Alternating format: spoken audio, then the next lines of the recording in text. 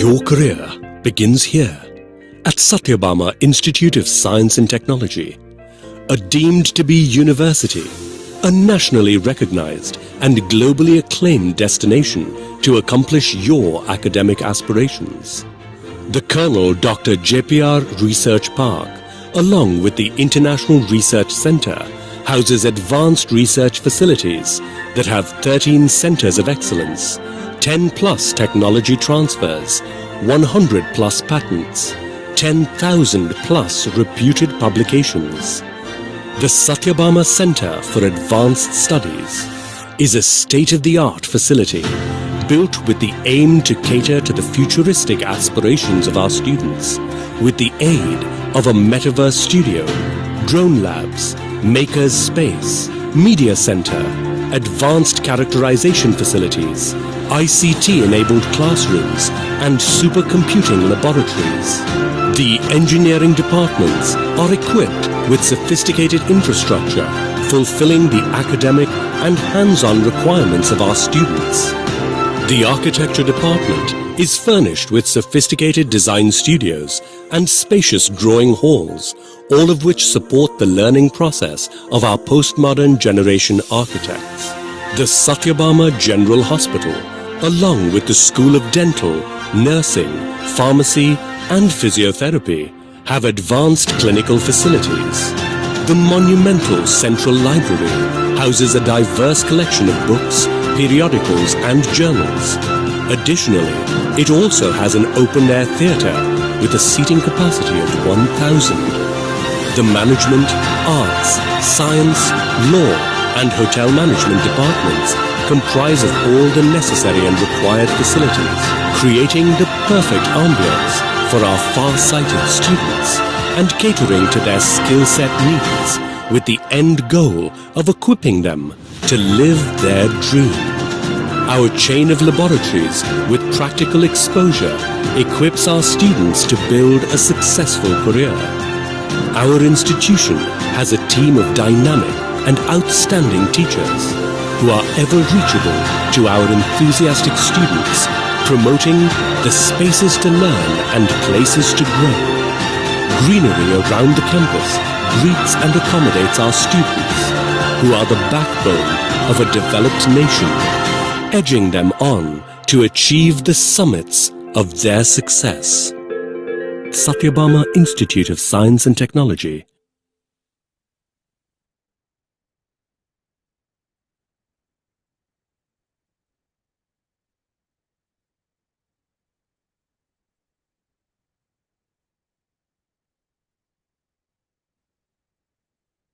Good morning to everyone. I warmly welcome to all the participants. On behalf of the Center for Ocean Research, the National Facility for Coastal and Marine Research, the supported by Ministry of Earth Sciences, the Government of India, at Satyabama Institute of Science and Technology.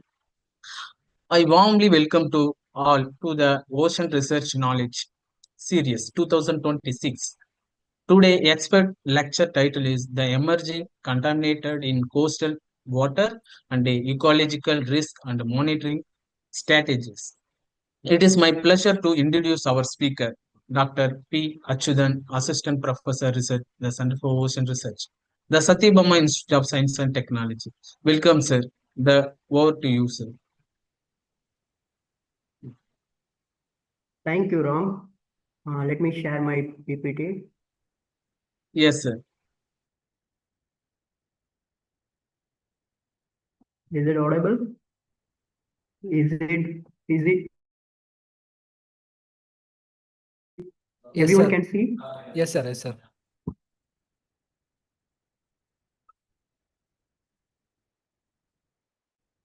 Okay, thank you. Today I'm gonna talk about one of the important topic, as you know, so most of the people are aware of that, the emerging contaminants. As you know, there are many emerging contaminants recently.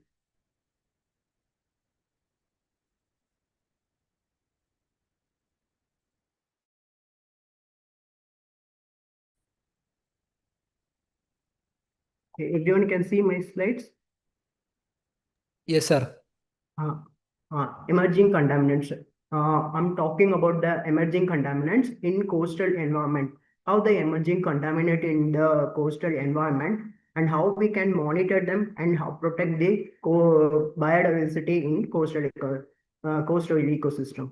Myself, Achyutan, I'm an assistant professor at the Center for Ocean Research in Satyabama Institute of Science and Technology.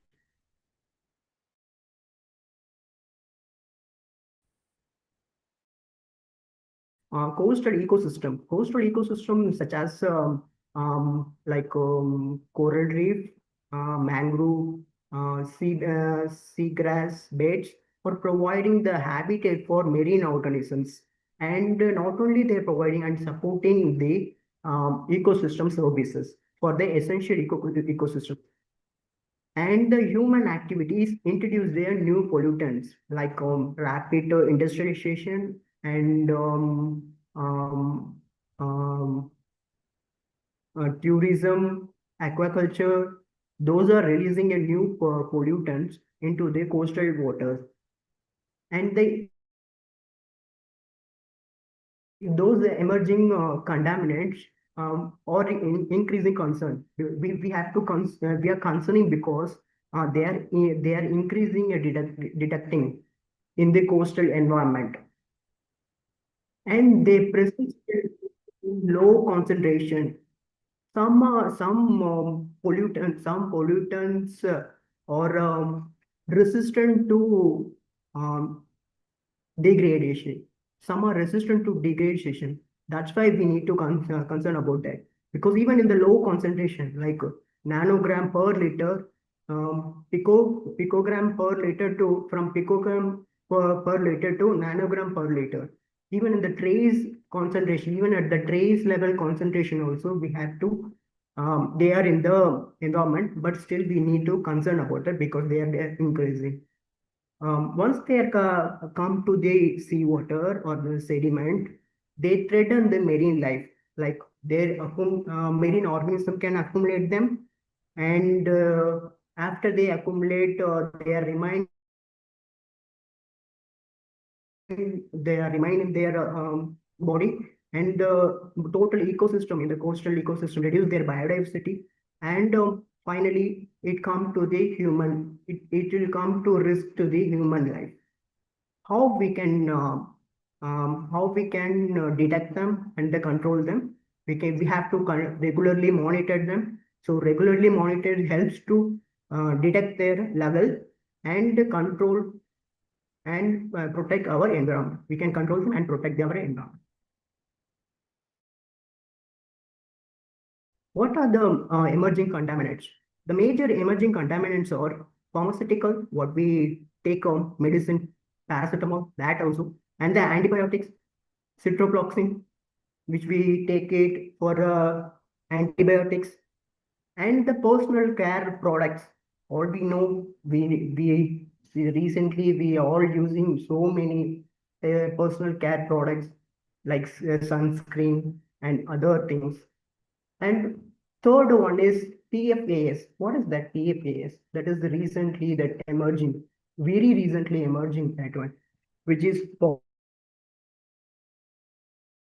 polyfluoroalkyl substances, which is in our what is that, cookwares like Teflon, um, and the microplastic. Obviously, you know the microplastic and nanoplastic, and the pesticides. The farmers, they use their to avoid the insects. They use the pesticides and the industrial chemicals. In the laboratory, we use the chemicals. That also the one of the emerging contaminants, and the surfactants. Surfactants. What are the surfactants? Surfactants. There are mostly like shampoos which we use daily, and the soaps. Those are surfactants. Those are also one of the emerging contaminants. And source, what is the source? How they are entering into the marine coastal ecosystem. Mainly the municipal waste discharge, where they're discharging without treating, they are discharging, and industrial effluent. There are major cause. They're one of the major cause, industrial effluent, where the chemical, laboratory chemicals which we are using, them straight away they're dumping into the river, nearby rivers. And the agriculture runoff, where they use the farmers, where they use the pesticides and herbicides and all. And the aquaculture activities, where the aquaculture industries or a lot of industries which is nearby in the coastal environment, they dump their waste. Some are they're treating, and others are straight away they're dumping into the river, nearby rivers. Those rivers eventually transport to the coastal waters. And one of the important, that is hospital and pharmaceutical waste, where they dump during the rainy season. They know those waste eventually it meets into the coastal area. And bioaccumulation and biomagnification. These are, once they reach this sea, directly the plankton they take from the seawater, and once they settle down, the sediment it accumulates them. Once they accumulate them, those organisms which is in the sediment, so straight away they take the accumulated, the contaminants from the accumulated sediments, and from that it transfers from prey to predator. For example, if they are accumulating in the one of the benthic organisms like mussels and all, and mussels and fishes and all, when the higher like other fishes, and when they want to eat, then it will accumulate in their body. Biomagnification in predator fishes. The higher trophic level fish consumes greater contaminants concentration than the prey. That is the biomagnification happening. Even after they consume the top predator, they are exposed the contaminants. How they exposed, when they detect them, we come to know their contaminants concentrations, and eventually finally it reaches the human, where we eat seafood. How to monitor them and detect them using new technologies. So water quality monitoring, using collection of waters, we can find out what are the contaminants in the water. And by analyzing the sediment sample, we'll find out the accumulated contaminants in the sediment. And we by analyzing the bioindicator species like mussel, oyster, polychaetes, and fish, will come to know whether they are bioaccumulated or not. And the chemical analysis, collecting the seawater sediment and those bioindicators, using the chemical analysis like LCMS, GCMS, and ICPMS, using those those advanced instrument, we can find out the fertilizer in the contaminants from the insecticides contaminants and oil spills contaminants and heavy metal contaminants using these instruments. Even molecular tool also we can use. We can use the molecular tool and find out the changes in the biodiversity. So these only early we can detect before going to contaminate more. We can use the molecular tool to find out. Microplastic analysis, FTIR, the identify the composition. What are the composition of microplastic? It will come to know using FTIR, we can find out the composition of the microplastic. And remote sensing and GIS. Using our remote sensing and GIS, we can map the source where they are coming from. We can find out the place using remote sensing. And continuous monitoring using the Internet of Things sensors, real-time sensors. We can use the real-time sensors and early morning and management them.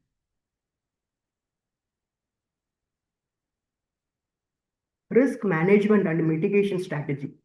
What are the risks?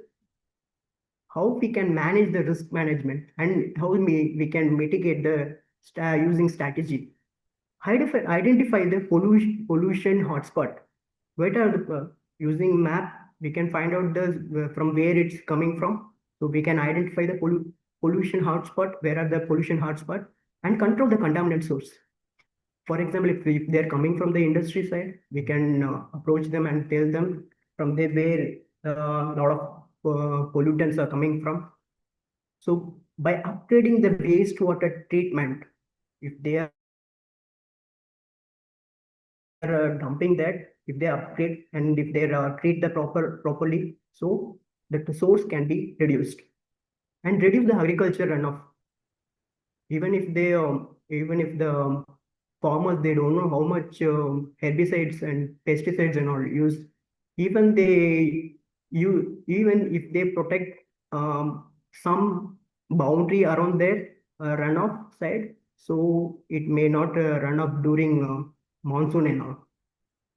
Manage the plastic and marine litters. If we manage the plastic, if we reduce using the plastic, we can manage them. And restore the mangroves, wetlands and seagrass. These are one of the biggest biodiversity. If we plant them more, then we can avoid the pollutants entering into the water. Implement the continuous monitoring. We have to regularly monitor. We have to go and collect the samples and detect them.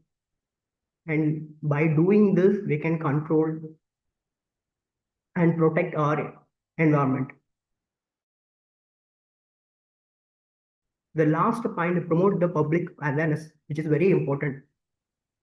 We have to go and talk to the people like farmers, fishermen. We talk to them, make them understand, so we can protect the environment. So what are the future perspective and conclusion? In future, we have to develop the standardized monitoring protocol for microplastic, for example, is a method which we can use to monitor them. And eDNA, as I told, eDNA is a better and important technique which we can use to detect the organisms which is changing by the biodiversity. By changing the biodiversity, we can find out using the tool of eDNA and AI. If we use the AI, we can monitor better. We can monitor them.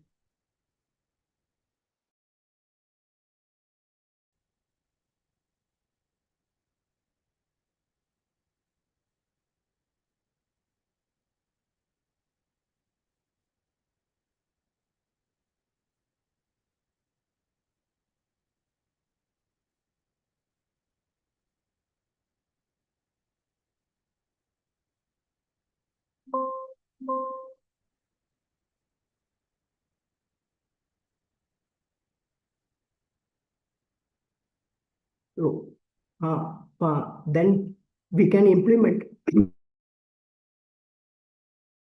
the real-time coastal surveillance. Using real-time coastal surveillance, we can detect the regularly, we can detect the pollutants and strengthen the interdisciplinary collaboration, where we can collaborate and do the lot of work. So if we are not expert in that, we can collaborate with the expert and we can understand better. We can understand and better we can understand and we can control properly. So by doing this, we can support the sustainable coastal management and protect the marine environment. Thank you. No, thank you, sir, giving informative lecture. Dear participants, if you have any questions, please post them in the chat box or raise the hand, please. Uh, Sir, one question is that Hmm. uh, Okay. what is the difference between bioaccumulation and biomagnification? Um, Bioaccumulation is just accumulating in the contaminants in the marine organisms or in the sediment. So bioaccumulation is just accumulating the contaminants into the any marine organisms like benthic organisms like mussel, fishes, or those are called as bioaccumulation. And biomagnification is when the accumulated organisms or when the contaminants in the organisms, that organisms, when it goes to one organism to other organisms and the concentration is more than the prey, that is called as biomagnification. I hope you understand. Yes, sir. Thank you, sir, giving your answer. Mm,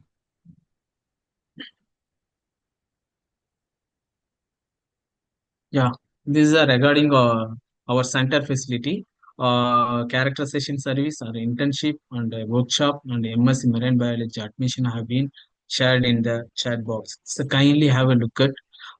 Thank you for attending this opportunity. Thank you.